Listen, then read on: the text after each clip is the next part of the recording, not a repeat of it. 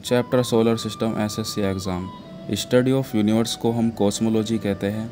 Universe एक बहुत बड़ा थैला है, उसके अंदर पिन्नियाँ पड़ी हुई हैं जिनको हम गैलेक्सीज़ कहते हैं, और उन गैलेक्सीज़ के अंदर भी सेब हैं, मानो वो सोलर सिस्टम है बहुत सारे।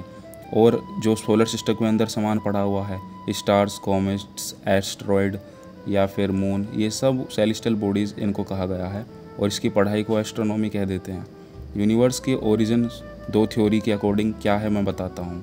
बिग बैंग थ्योरी एक ऐसी थ्योरी है जो 13.8 बिलियन ईयर्स एगो बताती है यूनिवर्स का निर्माण शुरू हुआ, और एक पॉइंट था स्पेस में जो इन्फिनिटली हॉट और डेंस था, वो ब्लास्ट होता है और यूनिवर्स बन जाता है। ये थ्योरी देने वाले चाचा जॉर्ज लेमाइत्री 1927 में देते हैं, और 4 साल बाद इसको पब्लिश कर देते हैं, यह सोचकर के पब्लिक अब पागल बनने योग्य हो चुकी है। Number 2, steady state theory. इसको दिया गया था 1948 में 3 चाचाओं द्वारा। बीच का आदमी फ्रेड होयल, पंजाबी चाचा हरमन बॉन्डी और क्रिश्चियन सुनार थॉमस गोल्ड, इन तीनों ने इसको दिया था। यह थ्योरी कहती है कि यूनिवर्स कॉन्स्टेंटली यानी एक स्पीड से बढ़ता जा रहा है, और उसकी जो प्रॉपर्टीज़ हैं यानी उसके हाथ पैर मुंह वो सब बदल नहीं रहे, वो सेम है, यानी मून सन स्टार सब सेम है। अब बात करते हैं गैलेक्सी। गैलेक्सी जो है group of stars, gas, dust और अंधेरी की दुनिया, डार्क मैटर, इन सब को ग्रेविटी द्वारा जोड़ा हुआ रखा हुआ है, और यह गैलेक्सी बन जाती है। गैलेक्सी गोल गोल घूमती रहती है ग्रेविटी के कारण। गैलेक्सी जो है हमारी वो मिल्की वे गैलेक्सी है, हिंदी में बोले तो आकाश गंगा, और इसके पास वाली गैलेक्सी है हमारी एंड्रोमेडा। अब बात करते हैं कि हमारा सोलर सिस्टम हमारी पिन्नियों के अंदर रखे हुए सेब कैसे बने। 4.8 बिलियन ईयर्स एगो पहले एक नेबुला था जिसकी वजह से ये बना। अब नेबुला क्या समझो, नेबुला जो है एक बादल है गैस और धूल का, यानी गैस और डस्ट मिले हुए थे, उसको नेबुला बोल दिया, और ये गोल गोल घूमने लगा ग्रेविटी के कारण, और ग्रेविटी पुल करती है भैया अपनी ओर। तो सेंटर में सबसे पहले बना सन, और उसके आसपास चारों तरफ ऑर्बिट्स में बनी प्लैनेट्स। अब अगली थ्योरी क्या है, उसके बारे में क्या आता है, वो है प्लैनेटेसिमल थ्योरी।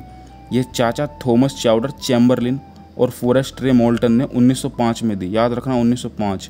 यूनिवर्स की थ्योरी से पहले सोलर सिस्टम यानी बच्चा आ गया बाप से पहले। Chowder Chamberlain, Thomas chowder Chamberlain, Chamberlain का मतलब होता है जूस को जलाने वाला चैम्बर जिसमें पिघल जाता आदमी। फॉरेस्ट रे मोल्टन, मोल्टन यानी पिघलना। अगली थ्योरी आती है नेबुलर हाइपोथेसिस। हाइपोथेसिस यानी इमेजिनरी बातें हैं सब, इसके अंदर क्या है वो नहीं पूछता, ये पूछता है किसने दी है। इमैनुअल कांत जो कि 1755 में इसको देते हैं, और इसको आगे बढ़ाते हैं हमारे पियर साइमन लाप्लास चाचा 1796 में, और इनकी टांग हर जगह है, फिजिक्स मैथ सब जगह। और उम्र बताते हैं ये अर्थ की 4.5 बिलियन ईयर्स ओल्ड, ठीक है ना, इसको याद जरूर रखना। सोलर सिस्टम के अंदर 8 प्लैनेट्स हैं, 5 बौने प्लैनेट हैं, और सन जो है धरती के पास, और सबसे चमकदार तारा सन है धरती के लिए। और पूरे स्पेस सोलर सिस्टम का 99.86 मास घेर रखा है सन ने, 99.86%। अगली थ्योरी इंपॉर्टेंट है, कोपरनिकस थ्योरी। ये बहुत पुरानी है, 1543 की है, और इसके अंदर जो हम आज के टाइम में मॉडल देखते हैं वो इस मॉडल कोपरनिकस चाचा ने बनाया था, हीलियोसेंट्रिक मॉडल, जिसमें बीच में सन चारों तरफ ऑर्बिट्स में प्लैनेट्स घूमते हुए दिखाए जाते हैं ये मॉडल। इसके अकॉर्डिंग सन जो है सेंटर था यूनिवर्स का, याद रखना यूनिवर्स का, सोलर सिस्टम का भी नहीं, यूनिवर्स का बोल दिया सीधा। नेक्स्ट अगली आती है सेलेस्टियल बॉडी की कहानी। मैंने बताया था ना सोलर सिस्टम के अंदर पड़ा हुआ सामान सेलेस्टियल बॉडी कहते हैं, और वो भी 2 तरीके के हैं, तुमने देखा होगा, चमकने वाले और ना चमकने वाले, यानी luminous and non luminous. Luminous का बैटर आता है यानी ये तो चमकेगा, नॉन ल्यूमिनियस यानी जो चमकते नहीं है। इसमें एक कॉम्बिनेशन बनाते हैं मून का, मून को ल्यूमिनियस में दे देते हैं, लेकिन मून ल्यूमिनियस नहीं होता, क्वेश्चन में गलत कराने के लिए दिया जाता है। मून नॉन ल्यूमिनियस है, सूरज की लाइट पड़ती है तो चमकता है। ल्यूमिनियस ऑब्जेक्ट है स्टार, बचा हुआ कॉमेट, एस्ट्रॉयड, मीटरॉयड एंड मीटराइट्स, ये सब नॉन ल्यूमिनियस हैं, यानी खुद की लाइट नहीं है। बात करते हैं इनमें अंतर क्या है। पहला आता है कॉमेट्स। कॉमेट्स बहुत बड़े होते हैं, बर्फीले होते हैं, सन के चारों तरफ घूमते हैं। ये डस्ट, रॉक और ठंडी गैसेस यानी पानी और carbon dioxide, ammonia and methane, इनसे मिलकर बनते हैं। एक फेमस है हैलीज कॉमेट, ये हर 76 साल में आता है, आखिरी बार 1986 में, और अगली बार 2061 में आएगा। फिर आता है एस्टेरॉयड। अब एस्टेरॉयड क्या होता है, एक रॉकी, मेटेलिक और एक बर्फीला ऑब्जेक्ट है, यानी पत्थर है, मेटल है और बर्फ़ भी है। ये भी चारों तरफ घूमता है, काफ़ी बड़ा होता है। अगला आता है मीटेरॉयड। मीटेरॉयड भी एक छोटा पथरीला और मेटेलिक स्पेस रॉक है जो कि सन के चारों तरफ घूमता है, लेकिन ये छोटा होता है एस्टेरॉयड से साइज में भी, और इसके अंदर जो धूल के पार्टिकल्स हैं वो छोटे होते हैं। अगला आता है मीटियोर।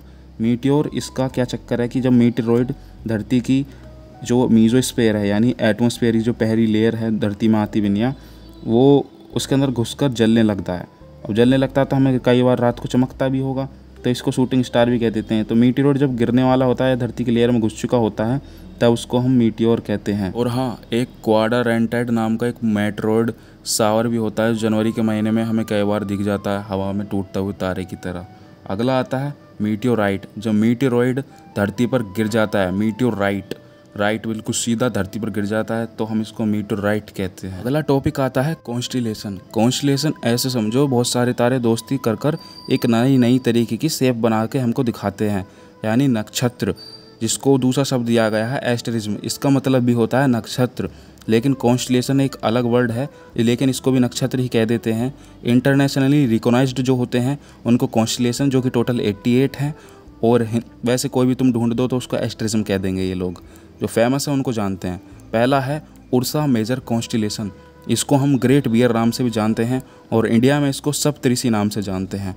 ये नॉर्थन स्काई में दिखता है यानी उत्तरी स्काई में, और ये कच्छे जैसा यानी बिग डायपर एस्टेरिज्म यानी बिग डायपर जैसा दिखने वाला बन जाता है कई बार। अगला आता है कैसोपिया।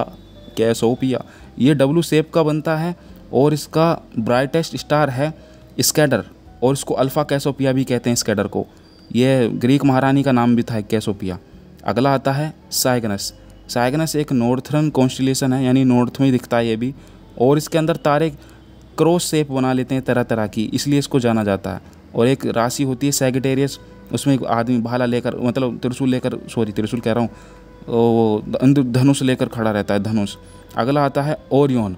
ओरियन चाचा फ्री फायर वाले जानते हैं, इसको द हंटर नाम से भी जानते हैं, और इसके अंदर बहुत सारे स्टार सेट ऑफ स्टार्स होते हैं जो कि हमें उत्तरी ही जगह में दिखते हैं, नॉर्थन साइड में। और इसका जो ब्राइटेस्ट स्टार माना जाता है वो होता है रिगेल। अब जानते हैं कि धरती का यानी रात के टाइम चमकने वाला ब्राइटेस्ट स्टार कौन सा है, वो है सीरियस, SIRUS। मैं सीरियस ही बोल रहा हूँ इसको, क्योंकि सीरियस आदमी ज़्यादा चमकता है। अगला आता है कि सन के बाद दूसरा तारा कौन सा है जो धरती के पास हो, वो है प्रोक्सीमा सेंटोरी। Proxima Centauri. अब बात करते हैं सोलर सिस्टम के पापा, द सन।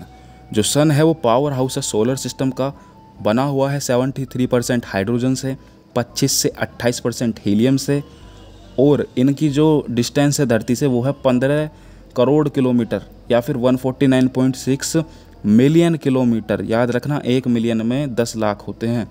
अब मैं बात करता हूँ कितनी देर में लाइट आती है धरती पर सन से, वो है 8 मिनट 20 सेकंड, और स्पीड ऑफ लाइट है 3 लाख किलोमीटर पर सेकंड। लगा लो भैया कितना टाइम लगता। सरफेस पर इसका टेम्परेचर है 5800 केल्विन, और सेल्सियस में बात करें तो 200 कम कर दो, 5600 kelvin, sorry Celsius. Temperature centre की बात करें तो 15.7 मिलियन केल्विन है। लाइट ईयर जो है एक किलोमीटर की तरह एक यूनिट है, जो कि एस्ट्रोनॉमिकल ऑब्जेक्ट्स, मैंने आपको बताया था सेलेस्टियल बॉडीज़ यानी जो कूड़ा पड़ा हुआ है सोलर सिस्टम में, प्लैनेट्स हैं, स्टार्स हैं, ये सब, इनको एस्ट्रोनॉमी कहते हैं इसकी पढ़ाई को। तो एस्ट्रोनॉमिकल ऑब्जेक्ट समझ जाओ, ऑब्जेक्ट यानी चीज़, तो वो 2 प्लैनेट्स, 2 स्टार, सन, मून, ये हो सकते हैं। इनके बीच का डिस्टेंस लाइट ईयर में नापते हैं। डिफाइन की बात करें तो कह दो कि भैया एक लाइट ट्रैवल जो करती है वैक्यूम में एक 1 जूलियन ईयर में यानी 365 दिन में, उसको लाइट ईयर कहते हैं। अब 1 लाइट ईयर में 9.461 × 10⁻12 किलोमीटर होते हैं। अब बात करते हैं छिलके की यानी लेयर ऑफ सन्स की, वो 3 है, फोटोस्फेयर, क्रोमोस्फेयर, कोरोनोस्फेयर।